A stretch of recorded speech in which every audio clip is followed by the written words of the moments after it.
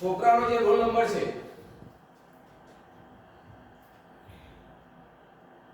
Automatically એ છોકરાની બધી detail આવી જશે. આઈ કાર્ડ જે જનરેટ થયું છે 6 3 મહિના જૂનું છે, એક્સપાયર થઈ ગયું તેમ છતાં એ આઈ કાર્ડનો નંબર નાખી આઈ કાર્ડ નંબર નાખી દો.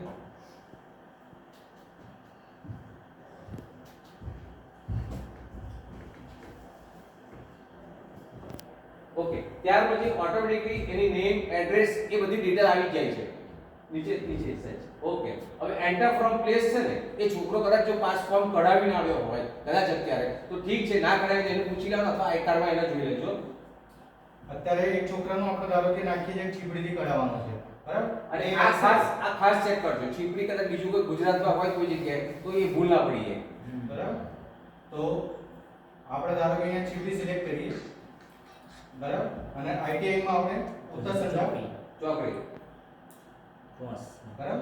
એટલે ચોકડી અમને સિલેક્ટ કરવાનું, ઉત્તરસંધા ના કરશો તો એ ગામ સુધી નીકળશે, બરાબર? એના પછી રૂટ જે છે ડાયરેક્ટ આવી જશે, તમારે ક્યાંથી આવવું છે, બરાબર?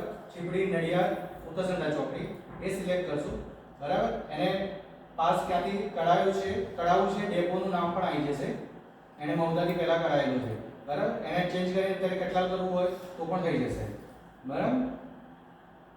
પછી એકેડમિક યર જે છે તમારે 25-26, જો 82 એચ હશે તો સેકન્ડ યર આવશે અને 83 હશે તો ફર્સ્ટ યર આવશે.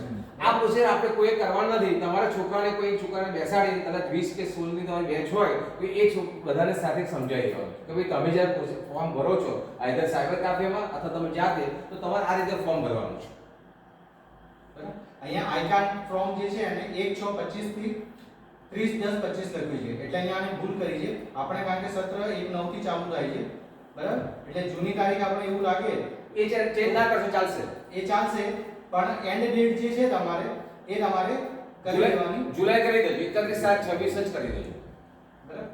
એક વર્ષનો કોર્સ હોય તો એક વર્ષનો, અને 2 વર્ષનો હોય તો પણ એક જ વર્ષનો કરજો. હા, એક જ વર્ષ કરો ને પેલા. હા, એક જ વર્ષ કરજો, એટલે 31/7/26 નાખી દેજો અપ ટુ સુધી, બરાબર?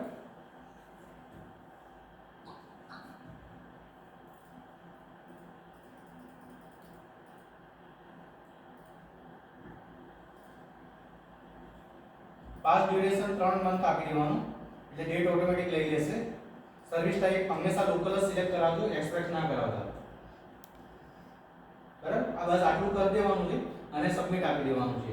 હા, એ સબમિટ આપશો એટલે એક નંબર જનરેટ થશે તમારે. હવે આ નંબર જે જનરેટ થયો 380-23-73 એ છોકરાને ખાલી કેવું છે કોઈ જગ્યાએ લખી દે. આ લખી લો, આ નંબર ઉપરથી પાસ નીકળશે. આ જે એપ્લિકેશન નંબર છે એના ઉપરથી પાસ નીકળશે. હવે નીચે કેપ્ચર કોડ નાખીને બીજું કશું આપણે પીડીએફ જનરેટ કરવાની જરૂર નથી, બરાબર? એમાં પાસ ફોર્મના સહી સિક્કા કરાવવાની પણ જરૂર નથી, બસ આટલી જ પ્રોસેસ કરવાની છે. અને એપ્રુવ કરવા વાળા સેકન્ડ, હવે જો એમાં શું થશે, છોકરો કદાચ તમારે એપ્લિકેશન લઈને આવશે કદાચ, તો એ વખતે છે ને એનો એપ્લિકેશન નંબર આ ના પણ હોય, બીજો જ રહેવાનો. તમે ફરી ચેન્જ કર્યું છે એટલે એને ફરી એપ્લિકેશન નંબર નવો જનરેટ કર્યો, સમજી ગયા? એટલે આપણે જ્યારે એપ્રુવલ કરવા તમે જશો ને કોઈ બી હવે ધારો મારે એપ્રુવ કરવાનું છે, તો આ ધારો કે આ અત્યારે જે ડેટા આપણે નાખ્યો છે એ ડેટાનો આપણે જોઈએ કે ભાઈ આઈ કાર્ડ નંબર આપણે નાખીશું આમનો, એટલે એનો ડેટા આવી જશે કે ભાઈ ધારો કે આપણે જે અત્યારે કર્યું છે 17 56 બરાબર, એનું કરીશું એટલે આપણા જારા વિકેશ કુમાર માધવ છે 380-23-73 નંબર આવી ગયો, બરાબર? એને આ પ્રોસેસ ખાલી રિન્યુ ફોલો કરી હશે તો અહીં બતાવશે. જો આને આ ના કર્યું, ન્યુ કર્યું હશે તો આ પ્રોસેસમાં નહીં બતાવે, બરાબર છે? અહીંથી આપણે એનું ખાલી અહીંથી એપ્રુવ કરી દઈશું એટલે આ થઈ ગયું. એને ત્યાં જઈને આ નંબર આપશે એટલે ઓટોમેટિક પાસ નીકાળી આપશે. હવે ડેપોમાં એ આઈ કાર્ડ નંબર આપશે તો પણ ચાલશે, કદાચ કોઈ આગ્રહ ના કરે એટલે નંબર એને લખાઈ દેવાનો, બાકી આઈ કાર્ડ થી પણ નીકળશે. બસ આટલી પ્રોસેસ છે, બીજું કશું કશું જ કામ નથી. એટલે છોકરાઓને ફક્ત બસ એ નંબર તમારે કશું કરવાનું નથી, છોકરાઓને આ પ્રોસેસ ફોલો કરે. એટલે દર વખતે ફરી પાસની પ્રિન્ટ કરાવી 50-100 રૂપિયા ફરી સહી સિક્કા કરવાના એ કશું રહેતું નથી. આ એટલા માટે કરવાનું, જ્યારે આપણે પાસની ડિટેલ આવી હતી ગઈ વખતે, જ્યારે એક વ્યક્તિએ 6 વખત 10 વખત પાસ કઢાયા હોય, દરેક વખત સ્પેલિંગ મિસ્ટેક થાય છે, બરાબર? આ કરીશું કે એક જ વખત જે પહેલા વખત ભર્યું હશે એ વખત જેટલી વખત કઢાવશે એ વખત ડાયરેક્ટ એનો ડેટા મળી જશે. અત્યારે પ્રતિકભાઈ કરી રહ્યા છે, 10 દિવસથી મહેનત કરી રહ્યા છે.